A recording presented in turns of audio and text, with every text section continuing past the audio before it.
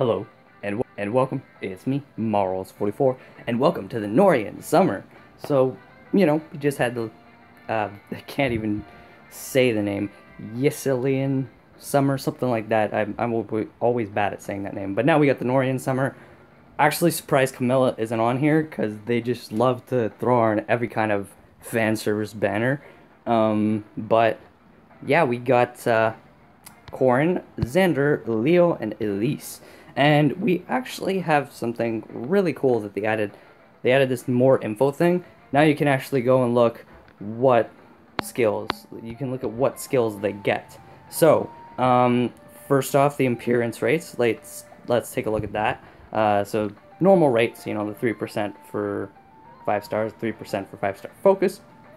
Or 5-star focuses are Leo, Seashore's Prince, Corrin, Novice Vacationer, Xander, Student Swimmer, and Elise, Tropical Flower.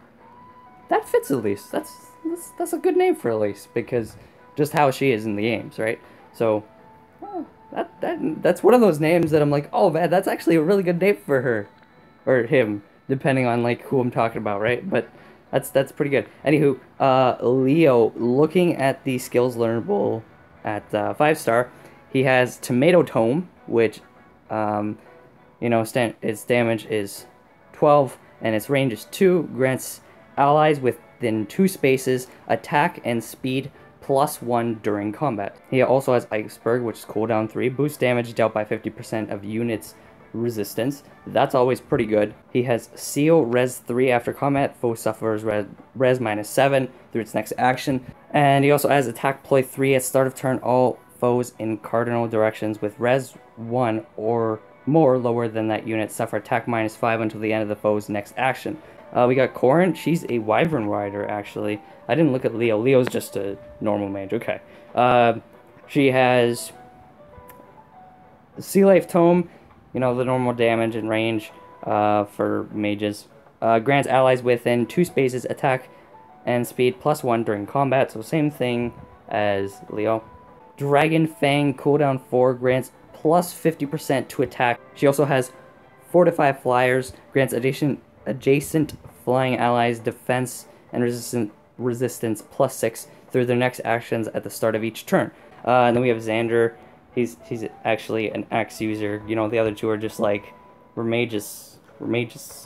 And then I think Elise is they're all mages except for Xander. Xander's the only non-mage, but that's okay. Anywho, he has Lilith Floaty. His base damage is 14, range 1, of course. Grants allies within 2 spaces attack and speed +1 during combat. His Bonfire is cooldown 3, boosts damage dealt by 50% of a unit's defense. He also has Fire Boost 3 if unit has at least 3 more HP than an enemy. At the start of combat, unit receives attack +6 during combat. Infantry Pulse 3, special cooldown count -1 at start of turn 1 for any infantry allies with at least 1 fewer HP than unit. Effects will stack with similar skills. And then we got Elise, the Tropical Flower. Alright, so she has the Hibiscus Tome, and her damage is the same as the other mages, same with range, and yeah, same thing as all the rest. Attack at speed +1 during combat for allies, 2 spaces. Then she also has Rally, Attack, and Resistance, which has the range 1, grants attack and resistance +3 to an adjacent ally until end of the turn. And then she also has Speed and Res 2, grants speed and resistance +2. So she's kind of more of a support unit because of the Rally. And then she also has G-Tome Valor 3. If unit survives, all green tome users on the team get ×2 SP. If similar skill effects also used, only highest multiplier applied. Just quickly, looking at the tier list, Leo is the best B unit in the standard tier list. This is the standard one first. I'll tell you the inheritance one after, as per usual. Corrin is A+, the best A+ blue mage. So she's definitely really, really good. And then Elise, surprisingly, Elise is A+ as well. Best A+ green mage. Better than Soren in the normal tier list. And I'm a little surprised because of that SP thing. And then as for Xander, he's the second best X user in the normal tier list, so he's pretty good. He has some strong stuff. Looking at the inheritance tier list, Leo is still in B. He's a couple down though. He's third best B red mage in the inheritance tier list. As for Corrin, Corrin is the worst A+ blue mage in the inheritance one, and yeah, so she dropped down a tiny bit. I mean, she's still an A+, so you know, same thing with Leo. He dropped down a tiny bit, still in B. Xander, however, took a big fall at the bottom of A, and there are a lot of units in A tier for the axe users. But Elise, oh my gosh, she's the best green mage in the inheritance tier list. I honestly wouldn't have expected that. I'm sure there are reasons, but holy crap. Holy crap. So, as for me, for who I want, I kind of would really like Corrin.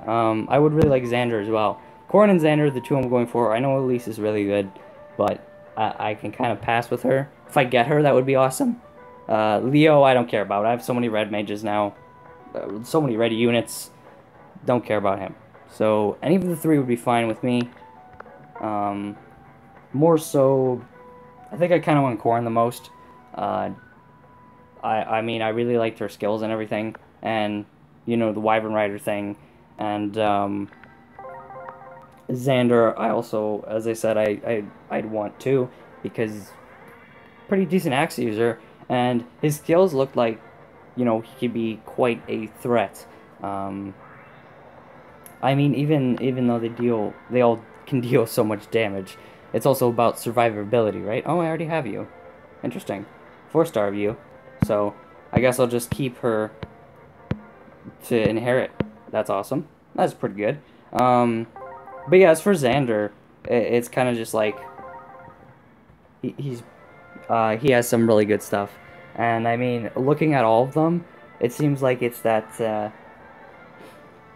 deal damage or support, be a good support or deal good damage, but you also need ways to survive, and Elise kind of has that, which is probably why she's pretty strong.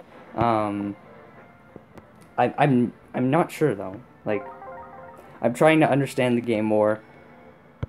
I'm sorry if I sound a little bit like a scrub, but I do want to understand the game more. I do want to learn more. I do want to know why, you know, there are certain things that are so powerful. And I honestly, when I was looking at that, I thought Corrin was actually the strongest of the four. I thought Elise was pretty good too. Oh crap. I thought Elise was pretty good too. I thought Xander was pretty good. I thought Leo was pretty good. It looks like he's a little worse than I thought, but Elise is, oh my god, bodying people. Alright, enough blabbing about me wondering about these things. Kind of like wondering if I got some stuff accurate or not. I probably got some right and some wrong. I mean, I know the 50% attack ups things are pretty strong, but I shouldn't talk about it anymore. Oh, I got Robin, but I already have Robin, so I mean, if that's the 5-star one, there goes the training on the 4-star one, but we'll find out in a second. Let's find out. No, it's just 4-star. Bed, it's just a 4-star. It's just a 4-star. Man. They should, I think they should do, in this game, this is my opinion, I think they should do what they do, I think it's Bandai who does JoJo, Stardust. I have this guy. Actually, I don't know how good he is. I have to look that up. I just had the thing open too. I'll check it later after recording. Wow, a bunch of 4-stars though. Holy crap, that was 4 stars. That was ridiculous. Let's get back to this. So okay, what am I talking about? I was talking about the summoning thing. How it should work is when you pull a certain unit of, like, I don't have her either, that's nice. When you pull a certain, and I think she's pretty good actually, yeah, she is, and she's a mage too, sweet. I really don't need Leo. Leo, no. Bad if you come to me, Leo, I would deck you in the schnosh. I'm gonna deck you in the schnosh. Good. Lan Ku. Lan Wu. Yeah, so how JoJo does it, I don't remember what the name of the game's called. It's the fighting one. Frig. Shit. It's the fighting one for the phone. I know that sounds weird, and you're kind of like, what the hell are you talking about? What are you smoking, Marls? But that's yeah. Anyways, so what I'm trying to say about it is how they do it is when you pull a unit of a certain. So if you pull a 3-star, you can't pull that 3-star again. You could pull him as a 4-star, but you can't pull that 3-star again until you've pulled every single unit you can pull on the banner, and it only goes to that banner specifically. So like, say this Berkua, and all these guys, I cannot pull them again on this banner. They should do something like that, because I've had times where I pulled the same unit a few times. They should do something like that where you can't pull that same unit of that rarity again until you've pulled every single unit on the banner, because it just increases your chances throughout. Because I know the rates go up in this game and stuff, but it still becomes very unbalanced, because the second you pull a 5-star, you're almost guaranteed to not pull a 5-star again on that banner because of just how rare it is. Like, every single time I've done summons on these banners, I've only pulled one 5-star on a banner. Like Dokkan, with its rates, you could pull a few SSRs on a banner. Sometimes you only get one, but like if you do a few multis, you'll get usually more than one, almost like 95% of the time. So my thought is just to balance it out with the way this game works, since it's kind of similar to the way that JoJo game works in summoning ways. Oh, that sucks. I figure that might be a good way to implement it. I don't know. Anyways, that was crappy. I got all those 4-stars before. I mean, I got 5 4-stars and 5 3-stars with both summons, but now I've run out of stones. So, orbs. God damn it, Dokkan. Oh well.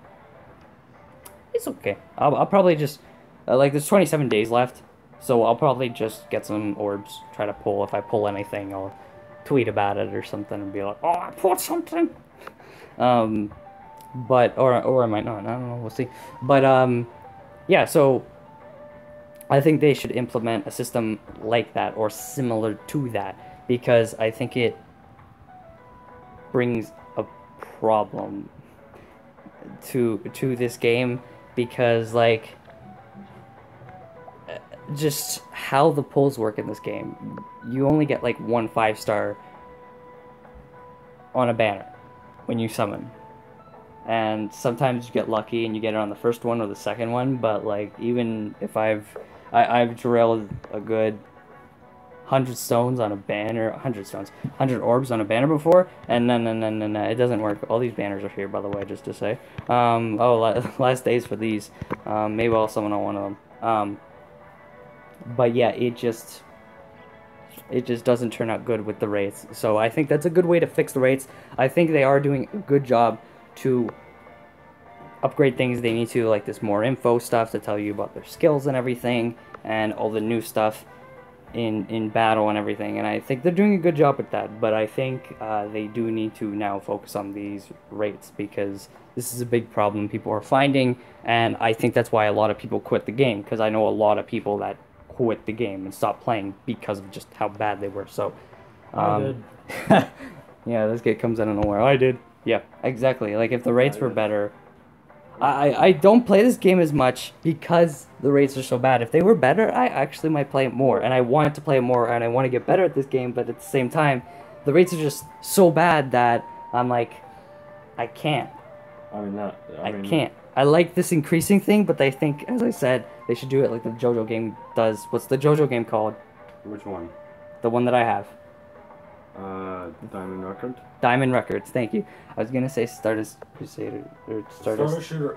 Well, no, Stardust Shooters is very good because they do have increased rates. Even though I don't play it anymore, they do have banners where it's like 10%, sometimes even like 12% banners. I think in this game with that's the thing. Yeah, I think in this game the thing is, from what I've seen, the units are never like limited to the banner. They're only focused They come out on the banner, their focus is on the banner, but then they're out always. Yeah. So I think it would be smart of them to implement something like Diamond Records. Well, yeah, now I realize what you're talking about Diamond Records. For people who want to know what we mean, I explained how the banner works. Well, like how the summoning works. Let me properly explain it. Oh, come on. End this off. Hey, I actually play, Alright, fine. I actually play the game.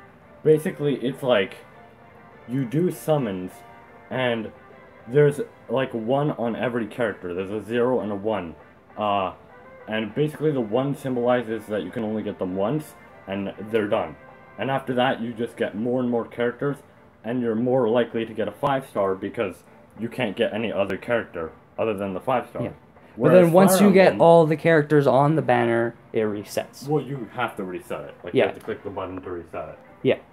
So, and then you can pull for all of them again. But that's what I was talking about with Fire Emblem, where, you know, you get the 1, and you can't get them again until you pull everybody else on the banner. So, and I think it would work with the way Fire Emblem does it, with all these characters being put into the database, and then it's just like, okay, they're always kind of available, or most of them are, because I think that's how it is.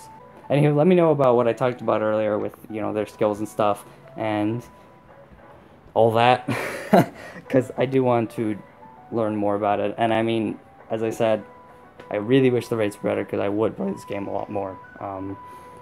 But I still do it for you guys. I still do these summons for you guys. And it is enjoyable. It's just not as enjoyable as any of the other games I do, honestly. So anyways, that is it. And I will catch you guys next time.